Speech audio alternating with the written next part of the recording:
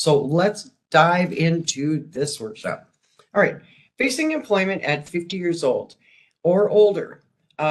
Today, what we're going to actually discuss is I'm going to teach you how to create a basic T table. And what it's going to do is it's going to remind you about how to match your skills with the skills that are listed on the job description. And I'm going to talk to you and give you some real life examples on why that is so important to do. I'm also going to talk to you about the different advantages, at least 3 advantages, if not more, of networking. We're going to talk about understanding why and when it's important to leave experience off. And if your qualifications go beyond what the company is looking for, why do we leave them off the resume? So we'll kind of drill down on that. We're also going to talk to you about how do you actually avoid some of the common pitfalls as being looked at as being overqualified. And then how do you keep the momentum going? Looking for a job is a job, and it gets very discouraging from time to time when you're putting out all these resumes, you're applying, you're not getting any response back. The first thing I want to tell you right now is if that is happening to you, stop sending out resumes. Please reach out to us and let us do a resume review. We're going to talk to you more about our expertise, and we can apply that. And if you're not getting interviews off of your resume, there's a reason. So reach out to us and let us guide you through that. But first, we are going to do a quick little exercise, and I want you, if you haven't used the chat, to start to use the chat by getting some practice right now. So the good news is that I'm going to ask you just in one word, if you could tell me how your job search has been going. Just use one word, and please don't use any words that you wouldn't use at a professional interview. So Jack, I would like for you to turn your camera back on and just tell me what some of the people are using for their one-word description on their job search. We've got slow, frustrating, tilted, stilted, slow, stalled, bewildering, discouraging, great, challenging, disrespectful, unsure, overwhelming, unfruitful, unsuccessful. Yes. So that is the reason why we are having this workshop, is because this is part of what happens, when you're looking for a job, one, it is a job, and then 2, if you are not getting any responses back, it's very, very, very difficult to stay positive. Like I said, looking for a job is a job, and you have to be able to stay in that right frame of mind in order to do a powerful resume, in order to interview well, and then in order to get hired. So I'm going to talk to you today about how do you do that. The first thing that I want to point out to you is that Harvard Business Review has actually historically, they have looked at us, our age group, with skepticism, because they're thinking, okay, well, you're going to come in, you're going to work for a little bit, you're going to retire, and I'm not going to have you here anymore. The truth is that employers, how they're going to make the most money is to hire you, train you, and keep you working for them forever. Well, when we are the seasoned employees, a lot of times they're doing a lot of assumptions, and some of those assumptions are reinforced by what we're saying to them, meaning what we're saying to them at the interview and what we've got on our resume. So what Harvard Business Review is saying is that, employers are finally starting to recognize that we have a lot of value that we add to the job. And part of that is some of our soft skills. So we're adaptable, we're flexible, we love to learn. Another part is that we have more of what they call an emotional intelligence. So, when we do start a job, we're not quitting that job for 25 cents more down the road just to be able to get 25 cents more. Whereas a lot of younger job seekers, that's exactly what they're doing. So they're doing what we call job jumping, going from one job to the other, to the other, to the other. Many of them are leaving just because their friends went to a different job, so they went to that job as well. Let's talk about cell phones. Many of the younger generations cannot even go to work without their cell phone, let alone they're communicating and texting with their friends all day long. So we are known, our age group is known to be more stable, to have more dedication, loyalty, energy, enthusiasm. And we're just flat out happy and grateful that we can be able to work and have a decent job and get some decent pay. So, having said that, I want to challenge you a little bit on one, what are you telling yourself? And is what your personal talk and you're saying inside your head coming across? Is it coming across on the resume? Is it coming across on at the interview? First, let's talk a little bit about what has changed. So part of the pieces that have changed is that we used to be taught to do one resume and just send that out to everybody. That's not what we do anymore. Instead, what we do now is we match your skills to the skills that are listed on the job description. So in other words, what is the employer looking for? You have to tailor your resume towards that job. That is going to be the quickest way for you to get the resume, or excuse me, get the interview. I said the wrong word. That's the quickest way for you to get the interview, but I don't want you going back to 1983 in your work history. And again, we're going to talk more about this. Networking. Networking is still the quickest way to get a job. So how networking has changed, though, is the online social media part. So yes, we're still doing networking in person, but you can also do it online. So check out your LinkedIn. If you don't have a LinkedIn profile, make one. It's a beautiful resource where you can go on and check out the company before you're actually applying. Find out as much information as you can about the company on LinkedIn. A lot of employers are more and more using LinkedIn, so you can find out about the culture, the other employees that they left reviews, who's working there. Do you know anybody that's working there? Teleconferencing is another thing that has changed in a huge way. Now, fortunately, we are doing teleconferencing right now. So you might have already done teleconferencing in the past, but if you haven't, you've already done it today and you did it in the chat by using the chat. So another part that has changed a lot is you. So I would say probably your expectations have changed. I would say maybe some of your goals have changed. I would say your skills have changed. You probably have gotten more skills, but you're not recognizing them as skills. So let's talk a little bit about this T table. Now, one of my favorite pieces of this slide is that one, I use this, but two, you just take out a blank piece of paper and draw a T down the center of it. Now, on the left-hand side, you'll see it says bullet items from the job listing. So this one is talking about recruiting team members. So this is coming right off the job description. This job description is going to be asking you if you want to work at this company to recruit team members. And then on the right-hand side are my answers. Exceeded all recruitment goals by attending job fairs and sourcing new applicants from various job boards. Now, I also say that if you can add percentages or numbers to how you qualify, that makes it even more powerful. So exceeded all recruitment goals by adding 5 new staff members, or improved our sales by 25%, or improved our sales from $500 a week to $2,500 a week. I'm just making these numbers up by giving you examples, but I always say that you are the director of the story in my head.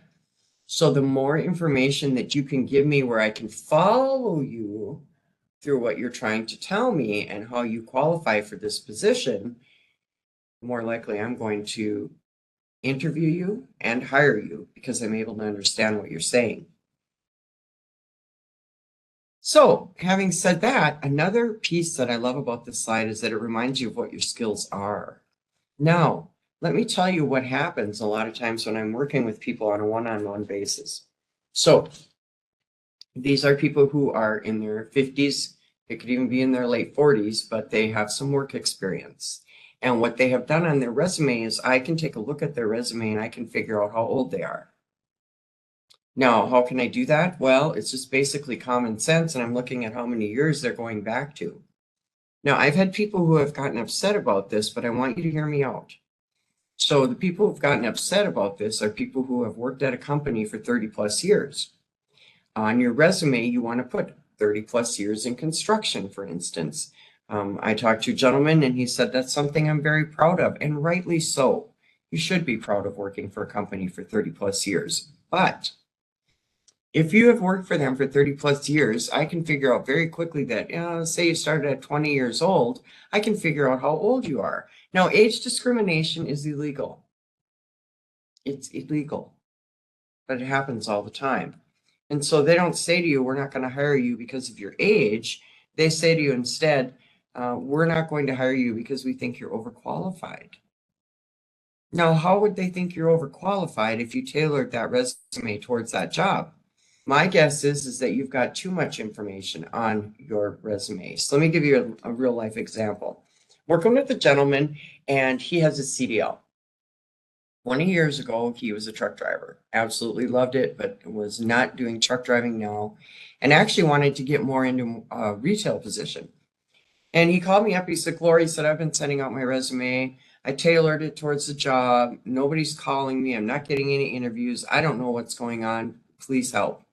So he emailed his resume to me. I took a look at it, and it looked great. It was tailored towards the job, except down at the bottom, he had that he was a CDL truck driver 20 years ago.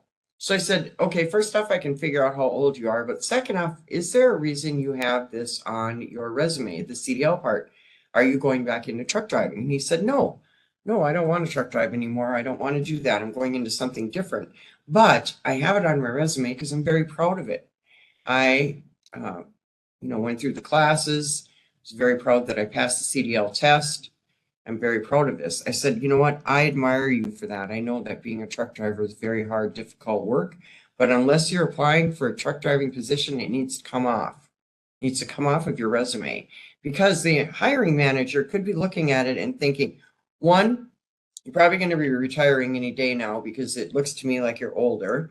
And then two, as soon as a truck driving job comes along, you're going to ditch me on me and go after a truck driving job because being a truck driver probably pays more than my retail sales position. Now, you don't know that I'm assuming that, but as a hiring manager, that's what we're trained to do. We have to narrow it down to 3 people to interview, not 50 applicants. So that's one of the ways that we do it is, are you showing skills on your resume that do not apply to the job? Jackie, this looks like a great time for a question. Yes, I have a couple of things. There's been an inquiries. It says online application programs require us to input dates of employment. So that overrides removing employment dates. So how do they tackle that? Yes, and I wouldn't say that it overrides it. It's the company's policy. So when I'm talking resume, I'm talking resume. When I'm talking application, that is the online application or the paper application. There are companies out there that have, you must put in dates in order to go continue on with the application process. So in that case, then you're going to give them the dates. What I'm saying is that on your resume, don't make it so blatant that you've got this experience going back 30, 40 years. One, if they're not asking for it. And two, if I can figure out how old you are on your resume, I want you to change it. And what I mean by that is that have only what the employer is looking for.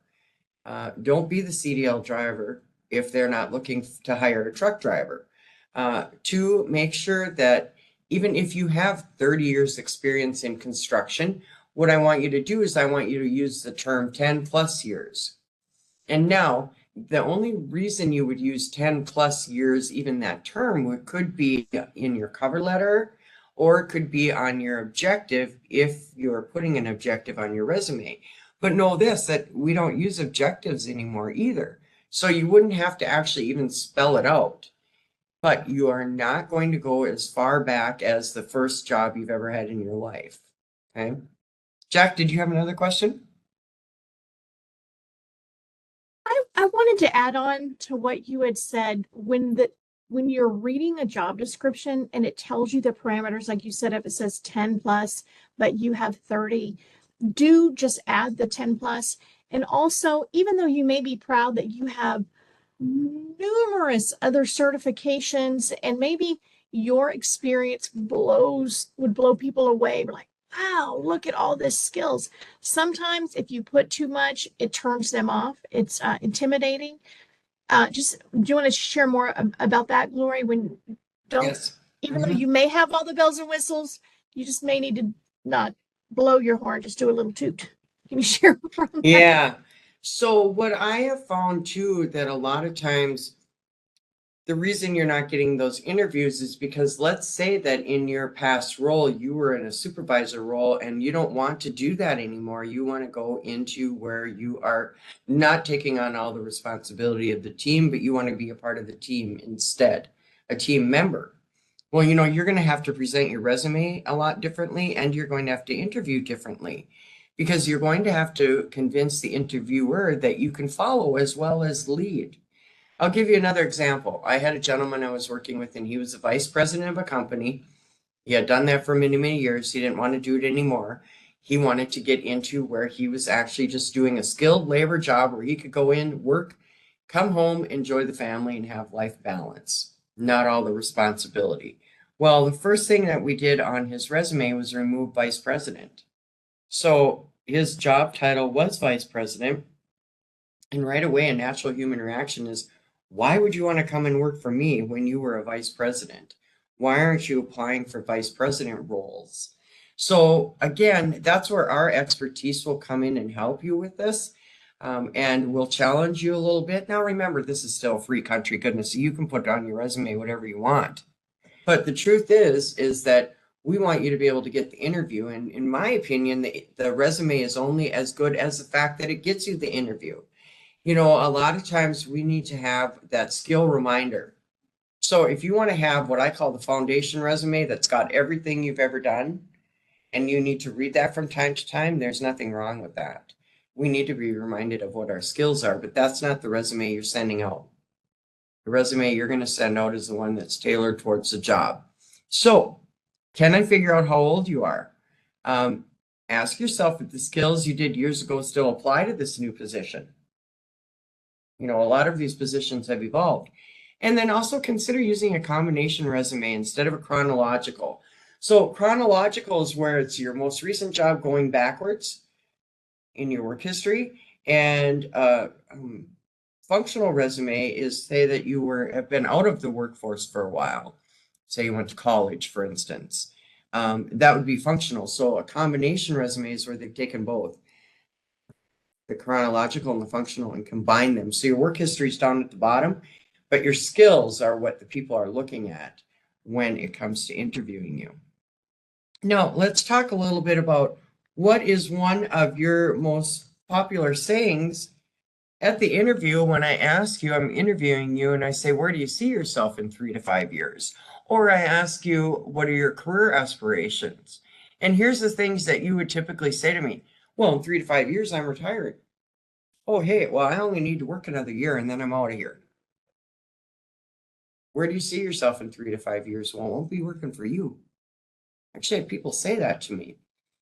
So now at the interview, you are giving away your age too. And now listen, I'm not telling you not to be proud of your age. I'm very proud of my age. The deal is that I want to be able to get the job.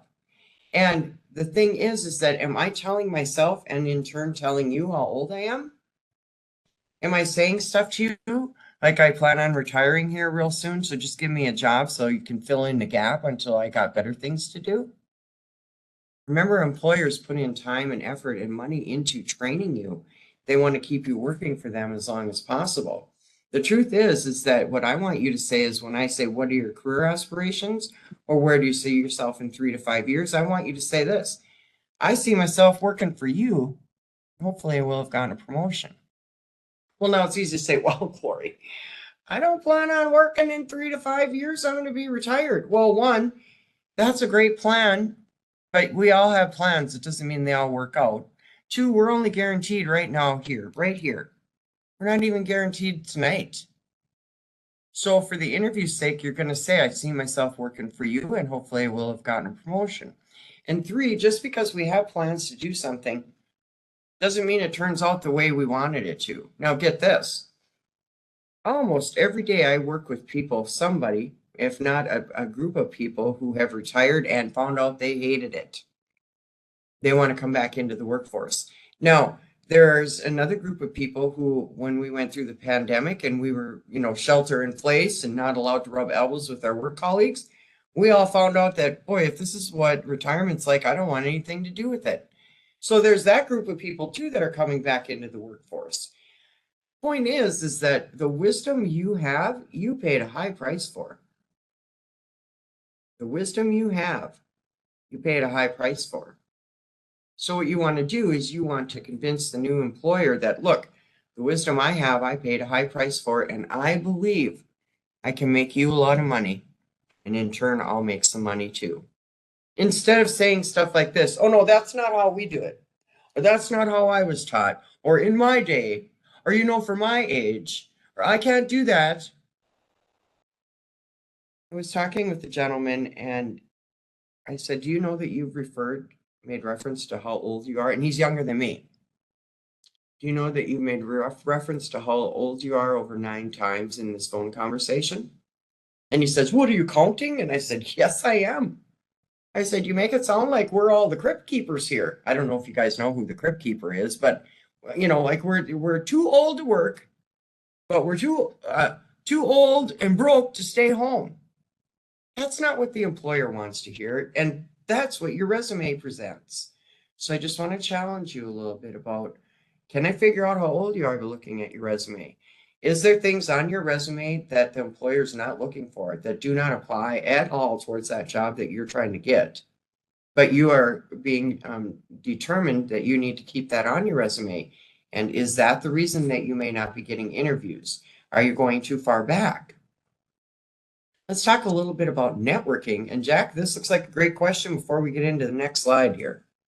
Thank you, Gloria. I also wanted to mention that, and I feel like everyone could say this, I have known people that were in their 30s that acted like they were 100 and were just so draining and it was too much. And then I've known people that were 65, 70 that were vibrant and bright and articulate. And so it really is about, you do want to do your resume to word it and have things be appropriate, but also if you get a quick phone interview with that person to be able to share how fabulous you are and what you have to offer.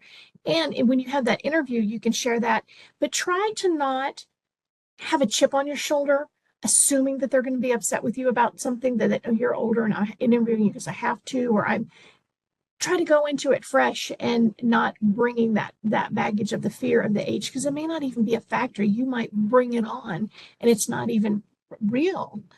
Right. And then you are going to cover the what people do about explaining their last position when they left because they were terminated, right? Absolutely. Yep. Okay, yeah. Yep. So We're going to get to into that, David. Yep. Okay, perfect. But yeah, try not to have a chip on your shoulder about your age and just breathe and it's going to work out. Yes, and goodness sakes, I have done a lot of studying on self-talk, and they actually, through technology now, they have been able to prove that if you're telling yourself you're getting old, through technology and brain mapping, they've proven that your cells start to line up with what you're telling yourself. So it starts to line up and say, okay, so you're telling yourself you're old, we're going to start to age. Now, how they discovered this when they started having people tell themselves, I'm getting younger and younger every day, which, by the way, that's what I tell myself. I'm getting younger and younger every day. Does the clock agree with me? Probably not. It doesn't matter. What matters is that I feel great. I'm getting younger and younger every day, and I am productive. I'm not trying to convince you that I'm too old to work. I'm not trying to convince you that I'm too old to do that job. No, the beauty of it is that because our wisdom came with a high price, is we can pick and choose what types of jobs we want to go after.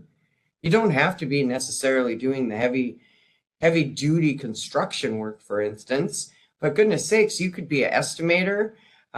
You could be a teacher where you're teaching other people how to do the job that you paid a high price to do. So again, a lot of this is your own perception. When I'm interviewing you, are you talking me out of interviewing you? Excuse me. Are you talking me out of hiring you? When I'm interviewing you, do you talk me out of hiring you? Do you convince me you're going to be here for a little bit, that you're on your deathbed, you're on your way out, and you can't wait to get out of here? I'm not going to hire you then. I want to hire somebody that I know I can train and keep them working with me for a while. You know, I had a gal that I hired who was 72 years old at my previous position. When I hired her, I had other people, my work colleagues, say, would you hire her because you felt sorry for her? And I'm like, you know what? One, that's age discrimination. Don't say that to me. And second off, I hired her because she's the best person for the job. Get this, she's still working there. So I want you to start to tell yourself that I am the best person for this job. The wisdom I have, I paid a high price for. I know I can make you a lot of money, and in turn, I'll make some money too. That's a whole different way of going in and interviewing.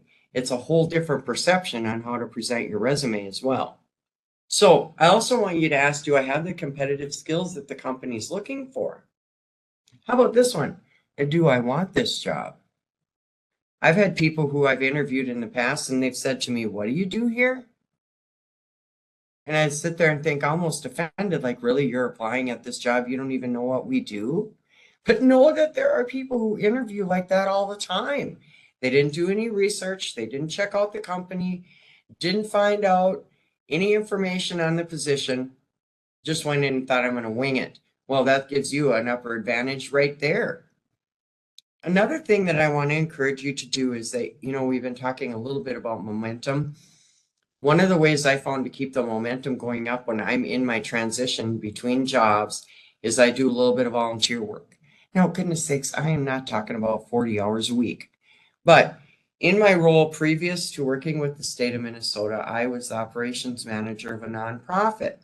And so we had many volunteers, but they would come in. The beautiful thing about it is that I would have business owners stop in and they'd say, Glory, say they were going to make a donation. And they're like, you know what? I got an open job here. Do you know of anybody that's hiring? Well, if you're out in the community and you have been volunteering with me, one, I'm going to refer you immediately. Two, you've already let me know that you're looking for a job. Here's what I found. When you are looking for a job, it's easy to get discouraged. Pretty soon, even your body language changes. You're looking down, your shoulders are forward. You're not letting anybody know that you're looking for a job. It's almost embarrassing. Well, you know what? Everybody who's worked in their life looked for a job first. You're right. You won't get the job if you don't apply. So I want you to lift that head up, throw them shoulders back, and everybody you run into say, hey, I'm looking for a job. Do you know of anybody that's hiring? I'm looking for a job. Do you know of anybody that's hiring? Create relationships so that if a job does become available and it hasn't even been posted, they're going to think of you first. Now, you do realize that this employer, when he came in and said, Glory, I have a job opening. Do you know of anybody that is looking for a job? It saved the employer money too, because he never even posted the job. But I was able to make that connection. So to me, that is networking in its purest form. Okay.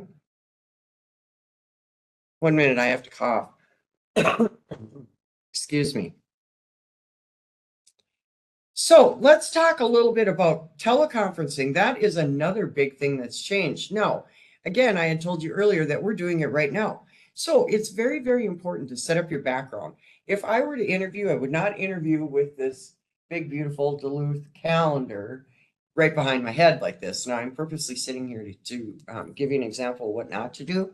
At my office, I wouldn't interview there either because behind me, I've got all these cool pictures of horses. You know, they're only this big and there's horses doing all kinds of funny stuff. Would not interview there either. I want to interview where you're paying attention to me. The background is not distracting. You have good lighting. You can either have too much light. This light in here is fair. It's fluorescent, so it's okay.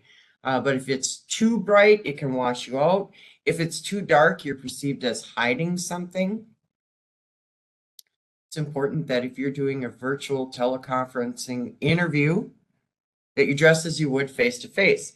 I can't explain to you why this is, but there's something in our human behavior that if you dress all the way down to your shoes as if you were really going to the interview that way, we tend to interview better. Good to know. Okay. Keep good eye contact and smile. It's a proven fact that you can hear a smile. So I always make sure that I have a little mirror when I'm interviewing and I smile.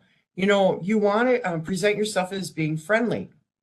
You also want to know where your camera is. on your computer. So mine is right straight ahead, and you can see I'm carrying good eye contact with you.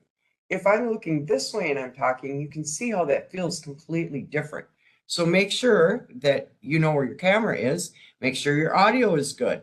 You know, goodness sakes, I had a gentleman who came here and he didn't have a webcam, computer, or any of the equipment to do a virtual interview.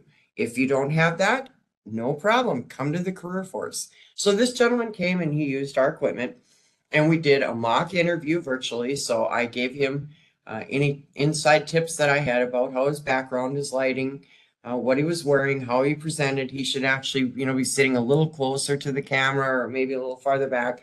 Went through all of that, made sure that he had a backup phone number. This is super important. If you get a phone call for a virtual interview, I want you to say, could you give me a backup phone number as well in case my internet goes down? I don't see that happening, but I just want to be able to have a phone number I could call somebody if we have technical difficulties. So this gentleman did. We had it, we were all prepared. He's in the middle of the interview, internet goes down. You know, I can't tell you of a time this has ever happened. Seriously, but of course it's happening during his interview. So he gets up and he comes running out into the hall and he's in panic. He's like, Glory, what am I going to do? I said, first off, I want you to take a deep breath. This is some real life stuff. This really does happen. You got the backup phone number, right? Yes, I did. Okay, well, I want you to take a deep breath, call on the backup phone number, and show them how you can handle problematic situations. And you know, he did. He's like, thank you for pointing that out to me. I was in a panic, and he said, you're absolutely right. This kind of stuff happens all the time.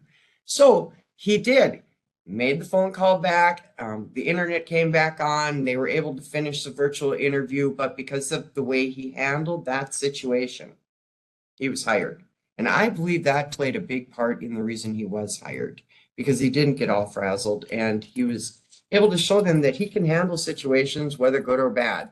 And again, that's what really happens in life. So let's talk a little bit about you and how you've changed. Okay, so how do you feel looking for employment now, and do those feelings show? So, you know, Jack had mentioned earlier about somebody who was let go. So first off, if you're still struggling with how to talk to the employer about being let go, I want you to reach out to us because we can talk more specific, case specific for your actual situation. But I'm going to give you a blanket statement that works really well. So let's say that at my last job, I was fired. And let's say that I'm interviewing. Let's pretend right now that they just asked me, why did you leave your last job? Now I want to stop here a minute. Do you know that do not assume that employers are even going to ask you why you left your last job? The truth is that a lot of employers have completely removed that question from their interview process because one, they don't want to know. Two, they need your help. Three, you end up saying the wrong things and you convince them not to hire you. So they've removed that question. But for all purposes, we are going to assume that they're going to ask you this. Why did you leave your last job? And you were fired. What I want you to say instead was, you know, that's a good question why I left my last job. I was actually involuntarily separated, and as a result, it has brought me here to you today. Now you have to practice saying that. You have to practice it in front of a mirror because if you look like you're having a root canal when you're saying it, I'm not going to believe you. Now, if they drill down more on you, you and I, or you and your local career force are going to have a conversation about, tell me what happened, and this is what you're going to say. Now, you're going to repeat it, and you're going to say it over and over and over again until one, you believe it, and two, your body language lines up with it. But the truth is that a lot of times, if they ask you why you left your last job, it's human behavior to go into way too much detail. You scare them and you've told them too much and they would rather not deal with it. So they'll go on to hire somebody else. So I want you to ask those tough questions to yourself. How do you feel about looking for employment? And are you taking that old experience that happened on your previous job and bringing it to the new job? When I'm talking with employers, I ask them, what's the most important thing to you when you're hiring someone? They don't say wisdom. They don't say age. What they say to me is that I've got two things, and they'll say it in one form or another. One is my reputation, worked very hard for this company to have a good reputation, and I'm not willing to sacrifice that. So if you're going in and dogging the other company, even if they were horrible, that new interviewer is thinking, goodness, what are you going to say about us if you don't work out here? Okay. And then the second piece is they want to know, are you going to get along? Are you going to come in and are you going to get along with the great employees I already have in place? Or are you going to be one of the troublemakers? Are you going to come in and upset the apple cart? That's why when you are interviewing, I want you to say, I get along really well with people. I'm flexible. I love to learn. Instead of, oh no, that's not the way I was taught, or that's not the way we do it, or for my age, we don't do things that way. See how there's a big difference? Now, another thing that's super important to remember is that you've gained the skills, you've gained more skills since the last time you interviewed, but do you know what they are? You know, a lot of times when you're going on Minnesota Works, and you're checking out different companies out there, do you know that that actually is research? So if they say, well, what are some of the skills, Glory, that you've gained since your last job? You know what? I've become really, really good at research, very comfortable going online, Googling a topic and then doing a deep dive and gathering as much information about that topic as I can. And then I am very comfortable at turning around and teaching others about the topic. What makes you a better candidate today than you were the last time? You know, Jack did say that in the follow-up email, you're also going to get a copy of this PowerPoint. I want to encourage you to at least print off a few of these pages, like the T slide, and then this one, print this one off, because some of these tough questions are important that you answer them in your own mind, because these are the types of questions or the answers that will pop up during the interview. We are taught to be a good interviewer, to ask you an open-ended question and put zippers on our lips. So for instance, typically they'll thank you for coming into the interview and they'll say, tell me about yourself. No, we're taught as interviewers, seriously, put zippers on our lips. That's an open-ended question. A closed-ended question would be, do you want this job? Yes or no. An open-ended is, tell me about yourself and I'm going to let you talk. I can't ask you how old you are, but you tell me. I can't ask you your sexual preference, but you tell me. I can't ask you your religious preference, but you tell me. Okay, so, and you do it like this. You say stuff like, well, I was born in so-and-so and I have this many children. I've been married for this many years and I just need a job. Got a lot of mouths to feed. And plus, you'll tell me how old you are. It's not illegal if you tell me. I didn't ask you. All I said was tell me about yourself, and that's where you went. So when you are asked to tell me about yourself, what I want you to do is give yourself permission to say 3 skills. And then be quiet and let them ask the next question. And the last piece here to this slide is, what are your goals? What are your goals? When you say you want, well, I want a job. I want to start working. I need to get a job. Well, let's narrow that down more. Let's drill down more on what type of job do you want? You know, when I ask people what kind of job do you want, do you know the most common answer is anything? Anything, man, just get me a job. Well, then I'll say, well, you know, okay, you can go down to Olive Garden. They're hiring dishwashers right now. Well, I'm not going to do that. So what are your goals? I'm not going to tell you what your goals are, but if you come and tell me what your goals are, tell me what type of job you want to go after, I will help you get that job and I'll help you get connected to it and find it. So let's talk a little bit about being seen as overqualified. You know, I like to use the truck driver example as being overqualified. Okay, so remember earlier we were talking on the resume, my truck driver friend who's no longer a truck driver had it written CDL truck driver and that he had done it for 20 years, but it was 20 years ago. That's what many of the hiring people would say to him, is that we don't understand for sure why you're applying with us, because you're overqualified. And he would say, why are they saying that to me, Glory, that I'm overqualified? Well, I don't know for sure, but I think it's because they think you want to go back into truck driving, and as soon as you get a truck driver job, you'll quit the job that you're applying for and go after truck driving. Losing momentum. Remember, I think that it's still a good idea to do even just a couple hours a week of volunteering. Get back into coming and helping with us. Get back into society and what we're doing. It will keep you in the purest form of networking. You never know who you might run into. To be able to get that job, tell everybody that you're looking for a job. Do you know of anybody that's hiring? Ask yourself, is my internal narrative negative? Am I talking negative towards myself? Am I saying I'm too old to go to work, or they're not going to hire me because I'm too old? It's very, very important for you to update your skills, but also to know what they are. When you're interviewing, I want you to be able to talk positively about yourself, talk positively about the company. Let go of some of that old hurt that happened to you on the previous job. You know, I had a lady that I was working with, and she said, Glory, I know this company was discriminating against me because of my age. And I said, so why do you think that?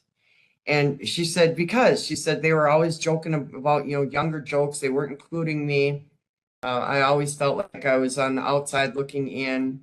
And I asked her, I said, did you participate, or were you actually standing on the outside looking in? Were you actually doing what you felt that you thought they were doing to you? Were you bringing it on yourself as well? A lot of times when we don't feel like we're a part of our work culture, it's easy to take a step back and say, oh, poor me.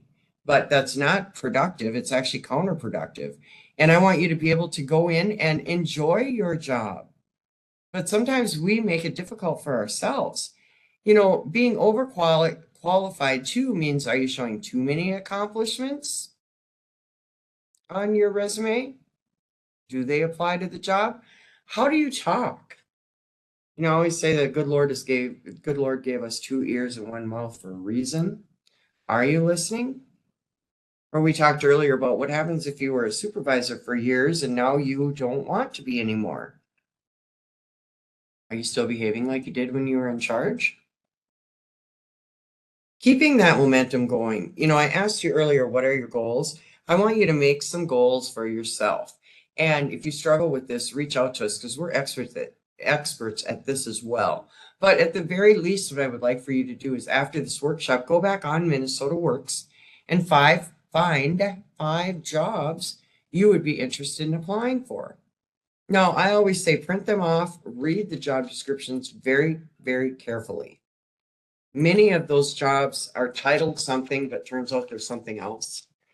But what I find is that when I give you a task to find 5 jobs to apply for, you may only apply for 2 or 3 of them. But what you've done in this process is 1, you've reminded yourself of your skills.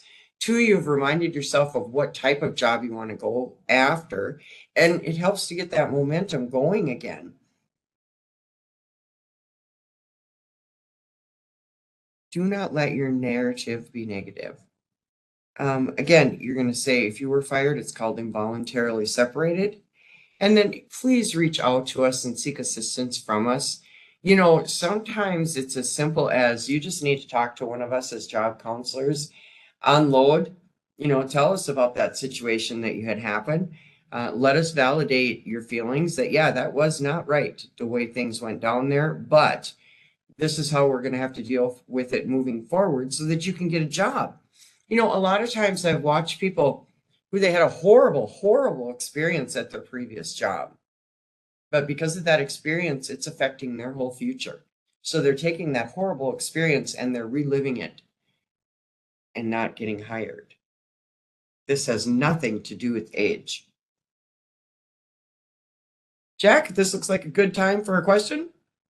Yes, and I did want to mention when you talked about people reaching out to us so that we can kind of coach and guide, because this is our profession and what we do. And I have had conversations with individuals that like had been a VP, had really large roles, and they were trying to get back in. And even Glory, even just having a one-on-one, trying to help them, just a nice, friendly conversation. They were so large and in charge and overbearing. And I was like, and I was like, oh my God. And I had to say, whoa, if I can't have just a friendly one-on-one with you, I know you've got this in the background and you're upset. No one is going to want to hire you because I can't even, you got a sharp edge. You gotta drop that down. So I mean, it's real and it's profound. Yeah. And people will not engage with you if you overwhelm them, because that's not friendly. Happens all the time. Mhm. So a couple of questions. What about education level on the resume? I have my MBA, but hiring managers don't ask me about that. So I'm very proud of my education as well. First off, you don't put MBA, and you probably already know this. I want you to write master's. Write out the words, not the initials, and then do not put the date. Meaning, don't put the year that you graduated. Why do I need to know that? I don't. And the time that it's very critical to have it is when you're reading the minimum qualifications and they're asking for a master's level. So again, keep the year off unless they're asking it on the application. And of course, you've got to put, some of these applications will say day you graduated or month or year you graduated. Of course, then you've got to fill that in. But remember, we're talking about two different things, resume and application. On the resume, keep the date off, keep the year off. There's no reason I need to know that when you graduated. If I'm requiring a degree, I just want to know you have the degree. Okay, perfect. And then what about any tricks on how to handle the triple question? I always forget how to answer at least one of them. I don't know what the triple question is. Tell me about a time you did so and so, and then how did you handle it? What was the follow up? And the ones that just kind of go on and on. Yes. So, So first off, I want to recommend that you attend the interview workshop as well, because we really drill down on that.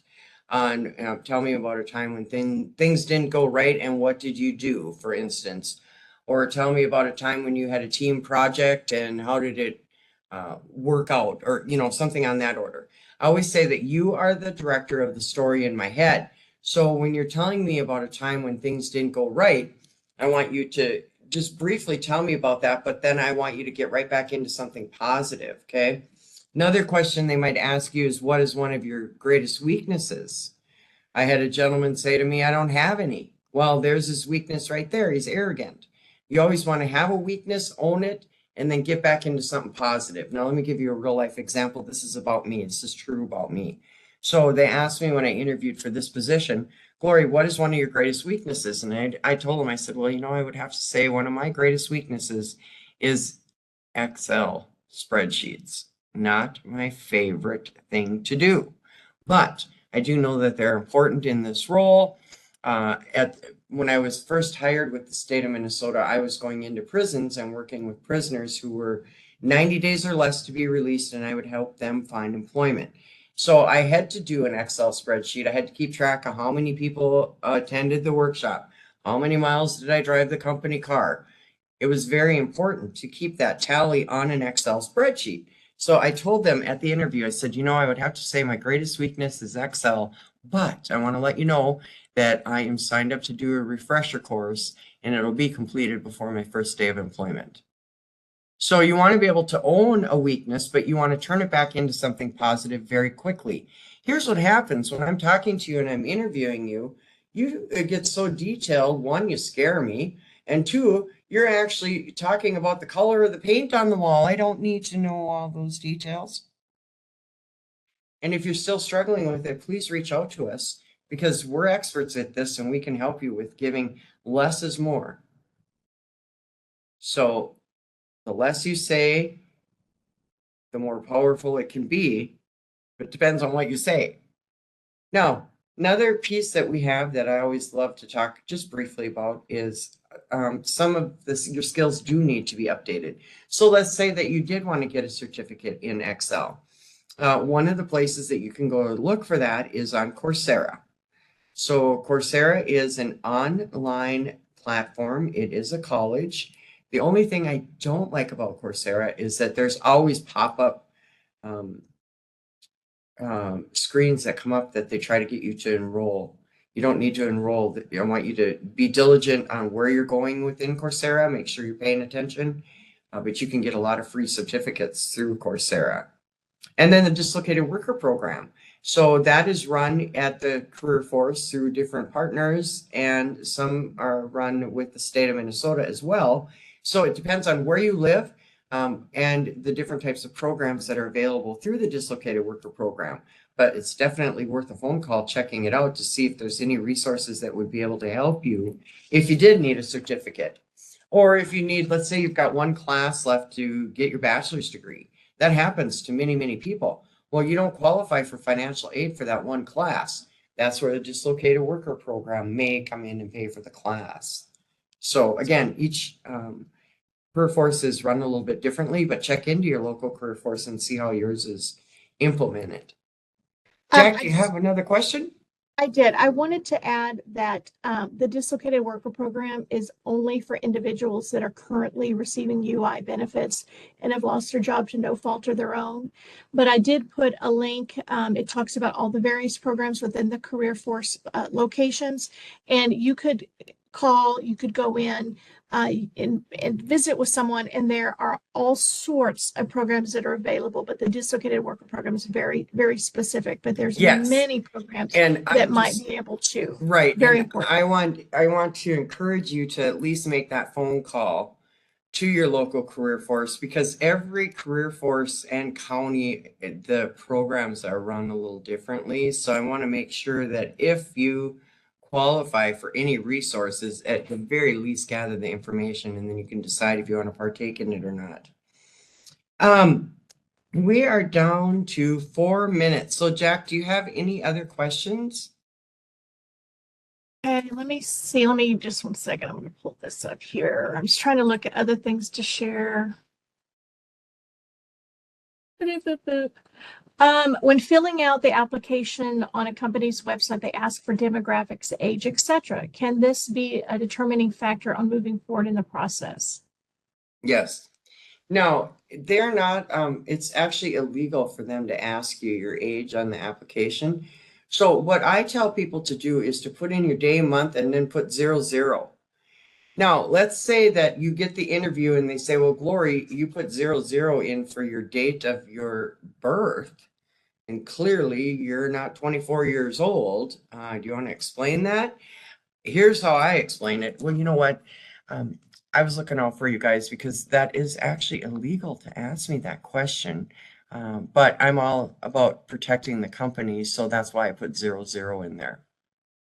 The only way that they can ask you about your date is on your first day of hire. Then Human Resources will have you fill out paperwork and put your birth date there, but that's for benefits. So that's like your life insurance, your medical, all that. They need to know your birthday.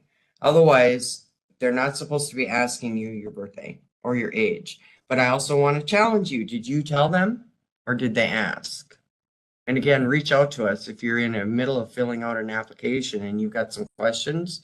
We're just a phone call away and hopefully we can answer them for you. So Nancy made a comment that there are some jobs that do have qualifiers for age, and that's absolutely true. This, we're not talking about across the board. They're very No, definite. I'm not talking about that. Right. We're No, not talking about, yeah, so everything. So please just remember, we're not giving you directives and that this is how it is, my way or the highway. And then also I wanted to comment that someone asked earlier if we would be able to meet with them and to help them, like with somebody like them, to help them as if there was, we would meet with some and not with others. And I did put in the chat that Career Force does not discriminate. We are completely open and available. It's, please contact us. We're happy to help you. Nancy did ask a question about and thank you for popping back in, the difference between Career Force and UI, like the Minnesota Department of Unemployment. Can you talk about that real quick, yeah, Lori? there's a big difference. So we Right. are, even though we work for the state of Minnesota, same umbrella, we're completely different departments. So unemployment is just that, the unemployment department. We're job service. So we're all about helping you get the job. I've actually asked unemployment a few different questions, and what they've said to me is, Glory, that's not your job, stay in your lane. And you know what? I really, really respect and admire that they do that with me, because I could become dangerous if I knew too much. What I mean by that is that I am an expert as a job counselor on helping you get a job. They are an expert in unemployment requirements and what that takes. Now, we will work together in regards to, they will assign you to a job counselor if you're on unemployment. There's other programs that we might connect you with just because of our state of where we're at and where unemployment is. But the deal is we're two separate entities. So if you call and have a conversation with me and we're really drilling down on how you were mistreated at your previous job, I don't call unemployment and tell them that. Doesn't work like that. What is said between you and myself stay between us. I believe that the quickest way to get a job is to, one, let go of all of the bad experiences that have happened to you. Take any of the wisdom and glean that out of that experience, but then move forward and let it go. I do not want you to bring that previous bad experience to your future job because they won't hire you based off of that. So having said that, it is 11 o'clock sharp. I wanted to let you know that we also go through the chat. So after this workshop, we both print off the chat and we scour through it just to make sure that we've answered your questions. I am so happy that you were able to attend today. I want to encourage you to attend some of the other workshops. They're just excellent. You can watch them in the comfort of your own home, and you will get the recorded version of this workshop tomorrow. So keep an eye out for that as well. And I was just gonna say this, please sign up, and I have put many times in the link, the career force /events. Please go on and sign up for the job search, just to have that one-on-one. Who cares if it's in Blaine or Montevideo or Hibbing? Sign up for several. Don't sign up for the one in your area, because if you talk with different people, you're going to glean something new. Take a different interview or resume, or take all sorts of classes, because you don't know who's going to make your light bulb go off and who you're going to connect with. But I mean, you have all these free resources. Get out there, talk to people.